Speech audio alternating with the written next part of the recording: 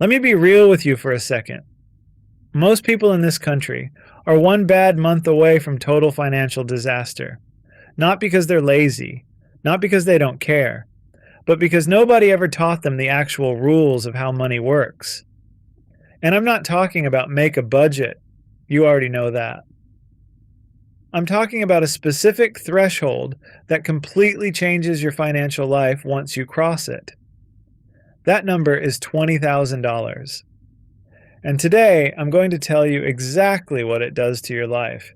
Not the sugar-coated version, the real one. I'm Uncle William. I break down how money actually works for regular people, people with real jobs, real bills, and real responsibilities. Not trust fund kids, not finance bros. If that's you, subscribe. And stay until the end, because the last section of this video is the part most finance channels are too scared to say out loud. Alright, let's start with something uncomfortable. You have been set up to fail. Every major institution in your financial life, banks, advertisers, your employer, makes more money when you stay broke than when you build wealth. Banks earn on your overdraft fees, your credit card interest, your loan payments. Advertisers profit every time you buy something you didn't need. And your employer? They quietly love employees who can't afford to quit. I'm not saying there's a conspiracy. I'm saying the incentives are stacked against you. And until you see that clearly, no budgeting app in the world will fix your situation. Here's what the numbers actually show. Average household debt has climbed for decades. The personal savings rate has dropped, and financial literacy is still not a required subject in most schools. So if you've been struggling with money, stop blaming yourself first. You weren't taught this. The system isn't designed to help you accumulate wealth. It's designed to keep money moving through you, not to you. The difference between people who build wealth and people who don't is an intelligence. It often isn't even income. It's understanding which side of that equation you're on, and your first $20,000 in savings is the moment you officially flip it. Not because $20,000 makes you rich. It doesn't. But because of what you had to do to build it, and what it unlocks the moment you have it. Here's something that took me a long time to fully understand. Money problems are not just financial problems. They are cognitive problems. Researchers spent years studying the psychology of scarcity. Their conclusion was both scientific and brutal. When you are financially stressed, your brain operates with significantly reduced mental bandwidth. You make worse decisions. Not because you're dumb, but because your mental energy is already maxed out just managing the anxiety. Think about what genuine financial stress actually feels like. Every notification on your phone could be a bill. Every unexpected expense, a flat tire, a medical copay, a broken appliance, sends you into emergency mode that burns hours of mental energy and leaves you exhausted before the real day even starts. That's not a character flaw. That's your brain doing exactly what it's designed to do, neutralize immediate threats. But the cost of living in that mode every single day is enormous. When your brain is in permanent threat mode, it physically cannot plan long-term effectively. And building wealth is entirely a long-term game. It's like trying to draw a detailed map while someone is pouring rain on you. Technically possible, but you're not going to do your best work. $20,000 in savings is what gets you out of the storm and into the room where you can actually think clearly. Once you cross that threshold, something measurable happens. Your decisions improve, not because you suddenly got smarter, but because your brain finally has the space to think strategically instead of reactively. You stop reacting to your financial life. You start designing it. Research consistently shows that a 3 to 6 month emergency fund, which lands somewhere between $15,000 and $25,000 for most people, is the point where the survival mode switch genuinely turns off. And when survival mode turns off, here's what actually changes. Your career. This is where the $20,000 effect is most immediate and most underestimated. When you have no financial cushion, your job owns you. You cannot push back on unreasonable demands. You cannot risk a bad performance review. You cannot take time off to interview somewhere better, because missing even one paycheck would send your whole life sideways. Here's something nobody says out loud. Desperation is visible. Managers can feel who needs the paycheck so badly they'll tolerate anything. And those employees almost never get the best raises, the best projects, or the real opportunities. The employee who could survive leaving if they needed to, that person is treated completely differently. Not because it's fair, but because confidence reads as competence, and people with options naturally project confidence. $20,000 in savings gives you what I call leverage money. Not quit your job money necessarily. Leverage money. The kind that lets you ask for a raise without your hands shaking underneath the table. Because the worst they can say is no, and you'll be fine either way. That changes everything about how you negotiate. And here's the wild part. Most of the time, you don't even need to spend it. Just knowing it's there changes how you carry yourself. More confident, less desperate, more willing to push back when something's unreasonable. People notice that shift. Better projects come your way, more recognition, eventually more money, which builds the foundation faster, which gives you more options, and the loop accelerates on its own. Now let's talk numbers. Because the math behind $20,000 is genuinely fascinating once you see how the curve actually works. If you're saving $1,000 a month and earning a conservative 7 to 8% annual return on your investments, your first $20,000 takes roughly 19 months. That's the hardest stretch. That's where most people quit, right before the math starts turning in their favor. Your second $20,000? About 16 to 17 months. Same monthly savings, same investment strategy. Faster, because the first $20,000 is now generating returns alongside your contributions. Your third, faster still. Your fourth, even faster. The timeline keeps compressing while your effort stays exactly the same. Let me show you why with simple math. When you have $1,000 invested at 8%, your money earns $80 in a year on autopilot. Same rate, $10,000 invested, your money earns $800 that year without you doing anything extra. $20,000 invested, that's $1,600 flowing into your account every single year while you sleep. $1,600 on its own isn't life-changing, but think about what it represents. That's money you didn't work for. That's your existing money working on your behalf, and it only grows from here. At $100,000 invested, that's $8,000 a year. About $667 a month showing up without you lifting a finger. At $400,000, that's $32,000 a year in investment returns alone. More than many people's full salary, generated entirely by money that's already doing the work. The people who seem lucky with money aren't lucky. They crossed the $20,000 line years ago, left it alone, and let compound interest do the heavy lifting. Now the math is doing most of the work for them. The effort stays the same. The output multiplies, and it starts at $20,000.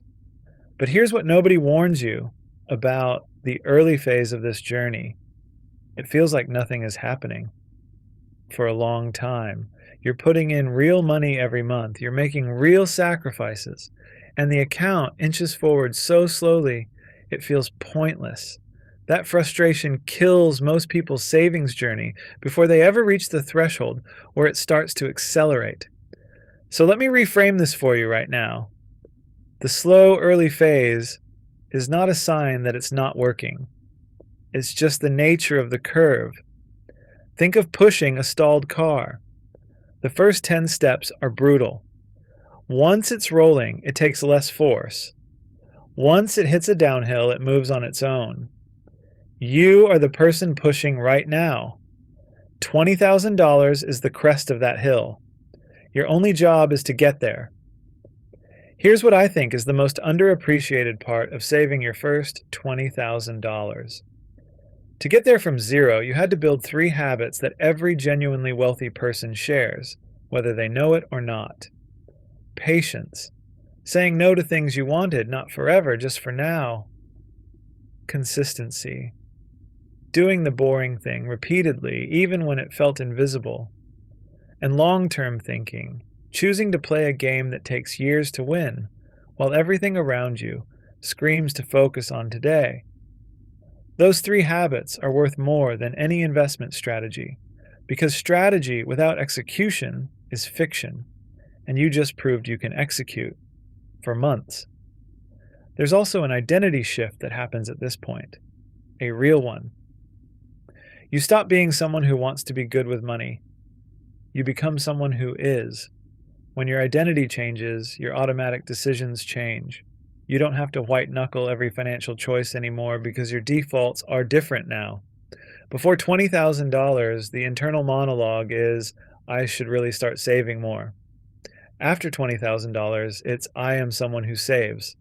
That shift compounds just like money does. Because every good financial decision reinforces the identity, and the identity demands more good decisions. Here's something else that changes when you cross this threshold that almost nobody talks about. You start noticing opportunities you literally could not see before, not because they didn't exist, but because your brain was too overwhelmed to register them. Your friend mentions they're starting a business and looking for early investors. Before $20,000, you think, that sounds interesting, and move on because there was nothing you could do about it. With $20,000 in savings, you can actually consider putting $3,000 to $5,000 in. You went from spectator to player. A better job appears in another city. Before, you'd scroll past it because relocating felt impossibly risky with no financial cushion. With $20,000 in savings, you can afford to take the interview, to consider the move, to take the calculated risk that could change your career trajectory. This is what people mean when they say money opens doors. It's not that wealthy people get access to some secret world. It's that having a foundation gives you the ability to act. And acting is how opportunities convert into actual outcomes. Now here's something that sounds backwards until you think about it. When you're broke, you obsess over small expenses.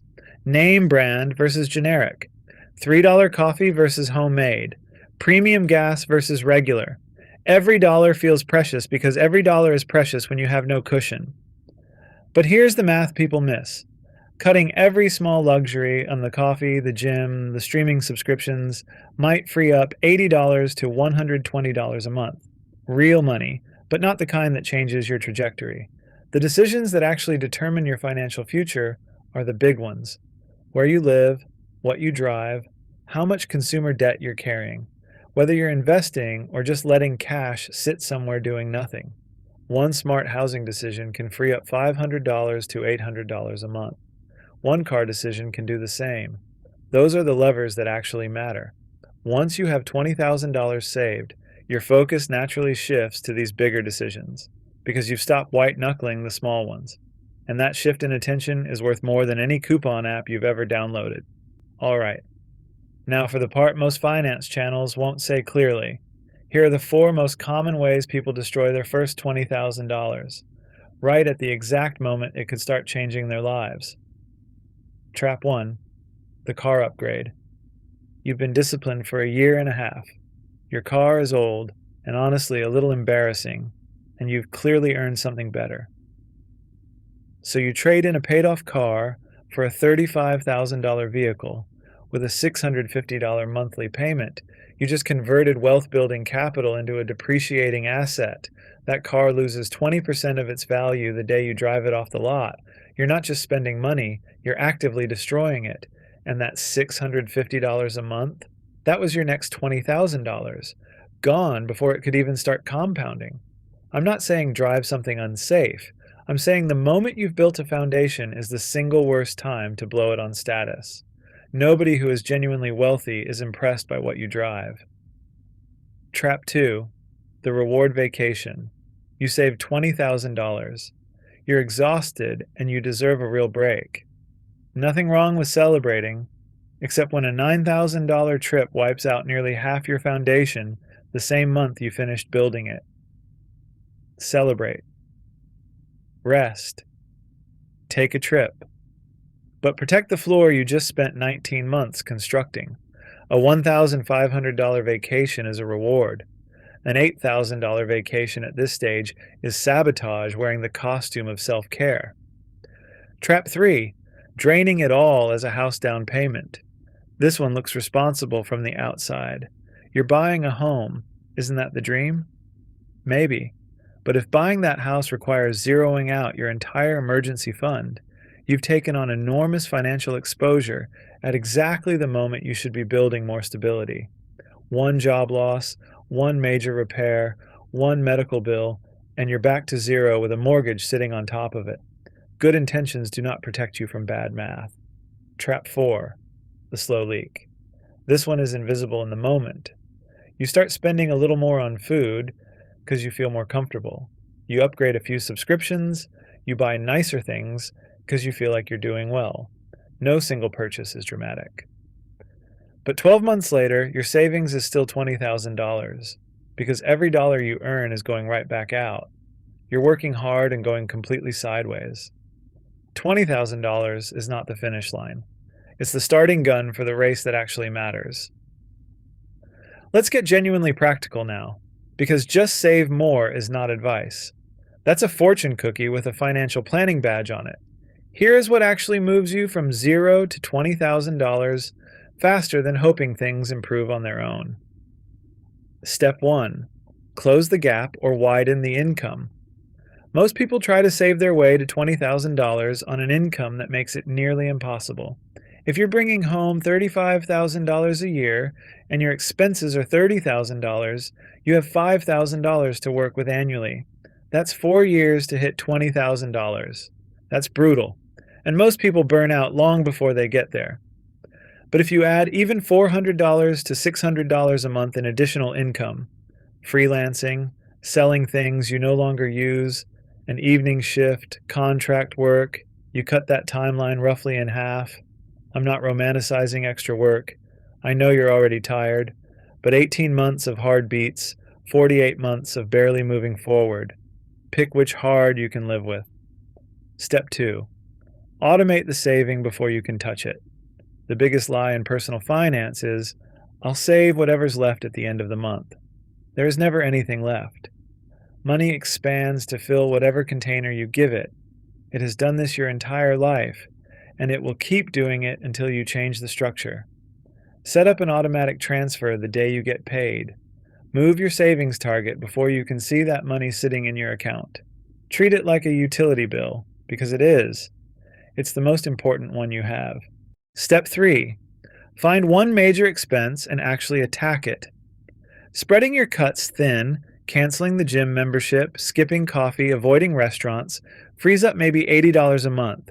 Getting a roommate, downsizing your living situation for 18 months, or eliminating a car payment can free up $400 to $800 overnight. I know that's not the comfortable answer. Moving is inconvenient. Getting a roommate is annoying, but uncomfortable for 18 months beats financially stuck for the next decade. Pick your hard. Step 4. Track your progress visually and make the goal feel real. This sounds trivial. It's not. When your brain can literally see the number moving toward a defined target, it gets a measurable reward response that makes the discipline feel worth continuing. Use an app, a spreadsheet, a sticky note on your bathroom mirror, whatever makes the goal visible and concrete. Because abstract goals don't survive contact with real life. The goal needs to feel like something you're actively moving toward, not a vague hope floating somewhere in your future. Here's what I want to leave you with. $20,000 is not the destination. It's the moment the journey stops feeling impossible. Once you hit it, the math starts working with you instead of against you. The psychological weight lifts. Your career leverage grows. Your financial decisions get sharper because you're finally thinking from a place of stability instead of fear, But none of that happens automatically. You still have to make smart decisions. You still have to keep saving. You still have to protect what you work to build. Here's exactly what to do the moment you hit it. Keep 3 to 6 months of living expenses in a high-yield savings account untouched. That's your foundation. Start investing even small amounts monthly into a diversified index fund. Keep adding to both. That's the whole strategy. It genuinely does not need to be more complicated than that. Don't wait until you have more before you start investing. Don't wait for the market to look right. Don't wait until you understand every detail perfectly. Start small. Start now. Every month you delay is a month of compounding. You cannot buy back later. Time in the market is the one asset that money alone cannot purchase, no matter how much you eventually have. If this video gave you something real to think about, like it and share it with someone who needs to hear it. Drop a comment and tell me where you are right now. 0 halfway, already past $20,000. I read every single one. I'll see you in the next one.